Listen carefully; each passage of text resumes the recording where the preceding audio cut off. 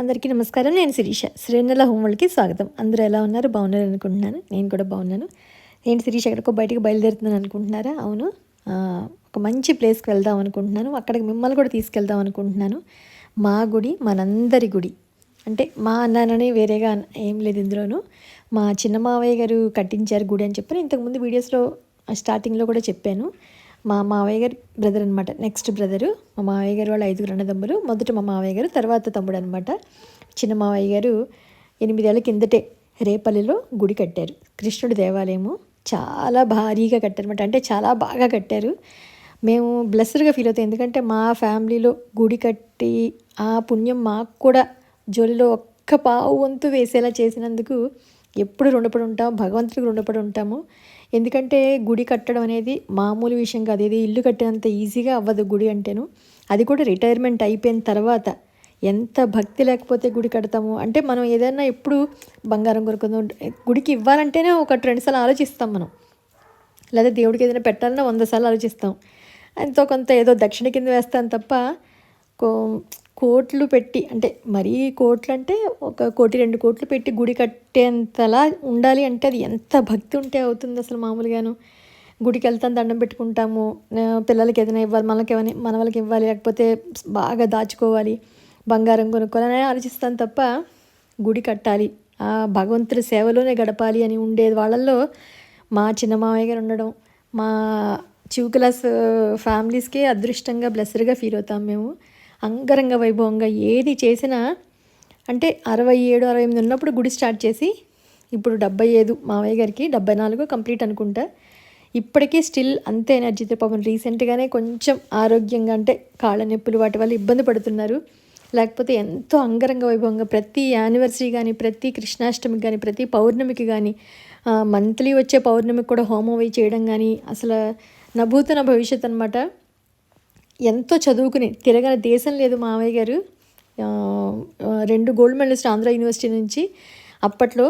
తర్వాత ఎన్నో పెద్ద పెద్ద కంపెనీల్లో పెద్ద పెద్ద పోస్టులు, ప్రతి కంట్రీ ఆయన తిరిగి చివరికి కృష్ణుడి మీద ఉన్న అపారమైన భక్తితోటి గుడి కట్టాలి అని అనుకుని అత్తయ్య గారు మావయ్య గారు ఇద్దరు కలిసి గుడి కట్టించి మాకు కూడా మా ఫ్యామిలీ అందరినూ భగవంతుడికి అంటే ఎప్పుడు మనం రుణపడే ఉంటాము. అలా మా క్లాస్ నుంచి మా మావయ్య గారు కూడా ఇలా కట్టి కృష్ణుడి సేవలో ఉంటూ మమ్మల్ని కూడా మంచి మార్గంలో అలా చక్కగా తీసుకెళ్తున్నందుకు ఎప్పుడు భగవంతుడికి ఆరోగ్యాలు ఇమ్మని చెప్పని మనస్ఫూర్తిగా వేడుకుంటున్నాం అనమాట. ఈ రోజు అనమాట, అంటే నిన్న యాక్చువల్గా ఆదివారం రోజున గుడి వార్షికోత్సవం 8 వసంతాలు పూర్తి చేసుకొని 9వ వసంతంలోకి అడుగు పెడుతుంది. శుభ సందర్భంగా మావయ్య గారు ఎప్పుడు వార్షికోత్సవం చాలా బాగా గ్రాండ్గా చేస్తారు. ఇగో మీకు డెకరేషన్ అవి చూస్తేనే అర్థమవుతుంది ఎంత ఓపికగా ప్రతీది అన్నీ పిన్ టు పిన్ చూసుకుంటారు. చాలా పద్ధతిగా, డిసిప్లిన్గా అందరూ. అంటే అక్కడ ఉన్న వాళ్ళు మావయ్య గారికి ఎంత సపోర్ట్ ఉంటే, ఆ రేపల్లె అంటేనే కృష్ణుడికి ఇష్టమైంది కదా, అలాంటి చోట రాధాకృష్ణుల గుడి అసలు ఎంత జనమో, ఊళ్ళో వాళ్ళందరూ చాలా సపోర్ట్ అనమాట మావయ్య గారికి. మేము ఉన్నామండి అని చెప్పని అక్కడ ఉన్న చుట్టుపక్కల ఆడవాళ్ళు అందరూ. ఇప్పుడు వదిన పాడుతుంది యాక్చువల్గాను. మా వదిన మావయ్య గారు వాళ్ళ అమ్మాయి అనమాట. డాక్టర్ శైలజ ఎండి మా వదిన. అన్నయ్య గారు కూడా డాక్టర్ ఎండి ఇద్దరును.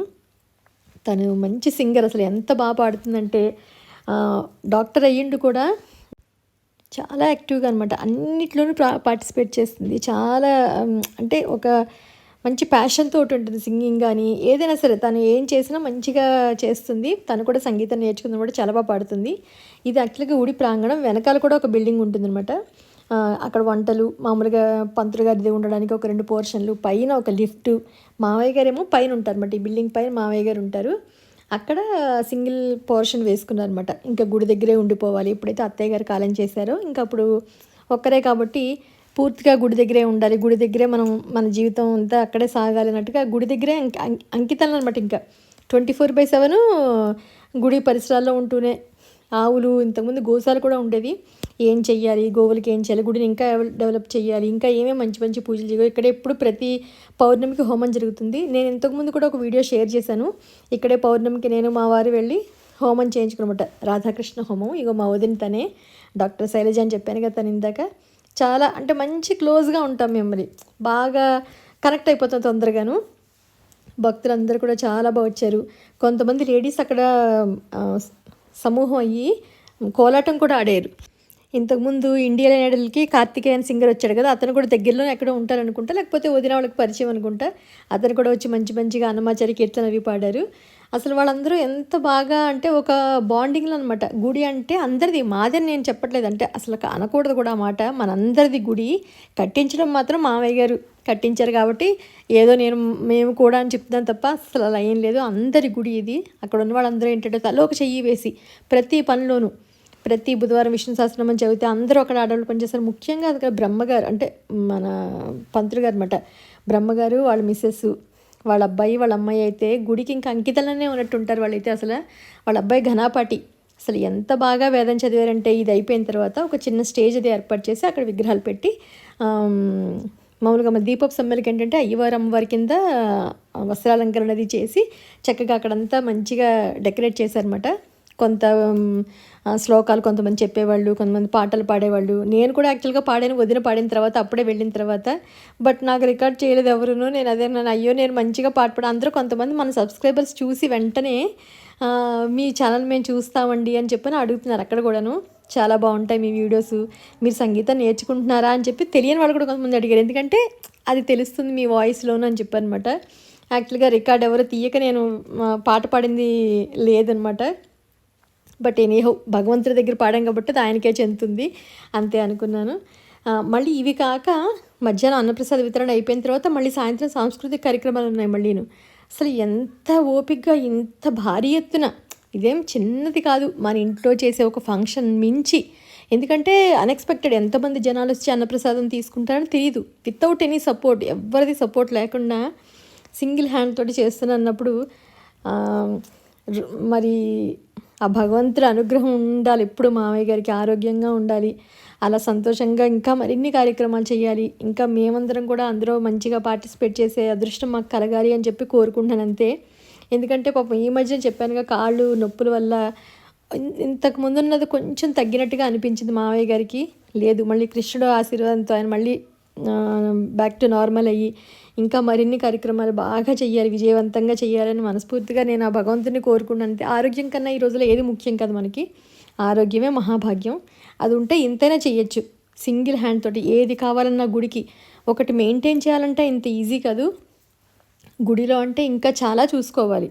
అవన్నీ చూసుకుంటూ ఆయన మెయింటైన్ చేసుకుంటూ ఎక్కడ ఏది తగ్గనివ్వకుండా, ముఖ్యంగా అక్కడ ఏంటంటే సంతాన గణపతి చాలా ఫేమస్ ఉంటుంది. పిల్లలు పుట్టలేని వాళ్ళకి, పిల్లలు కావాలనుకున్న వాళ్ళకి ఈ అనుగ్రహం ఉంటే చాలు ఖచ్చితంగాను పిల్లలు పుడతారట. అలా చాలా నిదర్శనాలు కూడా అయ్యాయని చెప్పని అక్కడ గ్రామ ప్రజలు చెప్పారు.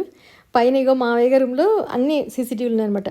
ఎందుకంటే ఎక్కడ ఏమీ జరగకూడదు, అంత బాగుండాలని చెప్పని మేము చూసుకుంటున్నమాట. కింద ఏమేమి ప్రోగ్రామ్, కింద అందరూ వచ్చారా లేదా అని చెప్పి చూసుకుంటున్నాం మేము కూడాను. ఇది మావయ్య గారిది అనమాట. పైన సింగిల్ బెడ్రూము కట్టారని చెప్పానుగా, ఎంత బాగుంటుంది, అంత వెరీ ప్లాన్డ్, అన్ని ఏది చేసినా ప్లాన్డ్ అనమాట. చదువుకున్న రోజుల్లోనూ ఆయన జాబ్ చేసిన ఎక్స్పీరియన్స్ తోటి మాకందరికీ రోల్ మోడల్. మా వారు ఎప్పుడు అంటారనమాట, మా బాబాయ్యే మాకు కొన్ని జనరేషన్స్కి ఇన్స్పిరేషన్ అంటూ ఉంటారు. మా పిల్లలకు కూడా ఎప్పుడు చెప్తూ ఉంటారనమాట, అలా ఉండాలి నాన్న, అంత డిసిప్లిన్గా ఉండాలి అది అని. నేను ఎందుకంటే మన ఫ్యామిలీలో ఎవరో ఒకళ్ళు రోల్ మోడల్, ఒక ఇన్స్పిరేషన్ పర్సన్ ఉంటారు. ఎంతో కొంత వాళ్ళల్లో మనం కూడా ట్రై చేస్తే ఏదో మనకు కొంచెం హ్యాపీగా అనిపిస్తుంది.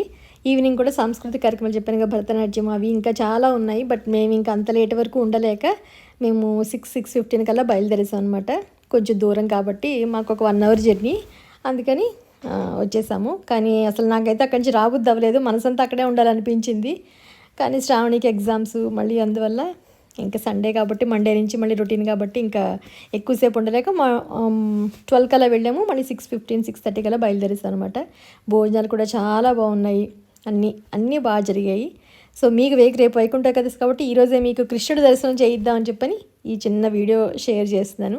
మీ అందరూ కూడా నచ్చుతున్నాను. చుట్టుపక్కల ఎవరైనా ఉంటే కనుక తప్పకుండా వెళ్ళి ఒకసారి, రేపల్లే రాధాకృష్ణ టెంపుల్, ఇది మావయ్య గారు కట్టించింది. కుదిరితే చూడండి తప్పకుండా, చాలా అంటే చాలా బాగుంటుంది. మరొకసారి భగవంతునికి నేను అంటే మనసులో మనసారా అనుకున్నాను అనమాట, ఇలాంటి అంటే గుడి కట్టించిన మావయ్య గారు నేను వాళ్ళ ఇంటి కోడలు అవ్వడం నా అదృష్టం అని నేను అనుకుంటూ ఉంటాను అనమాట. ఎవరికో కానీ, ఎవరో ఫ్యామిలీస్లో కానీ అవ్వదు కదా. అంటే ఇదివరకు రాజులు కట్టించేవారు అనేవారు, తర్వాత ఏమో కొంతమంది సమూహంగా కడతారంటారు తప్ప ఒక సింగిల్గా కట్టించడం అంటే మామూలు విషయం కాదు కదా. అందుకనే ఇంతలా చెప్తున్నాను. మీకు నచ్చింది వీడియో అనుకుంటున్నాను. మళ్ళీ ఒక ఇంట్రెస్టింగ్ వీడియోతో మిమ్మల్ని అందరినీ కలుస్తాను.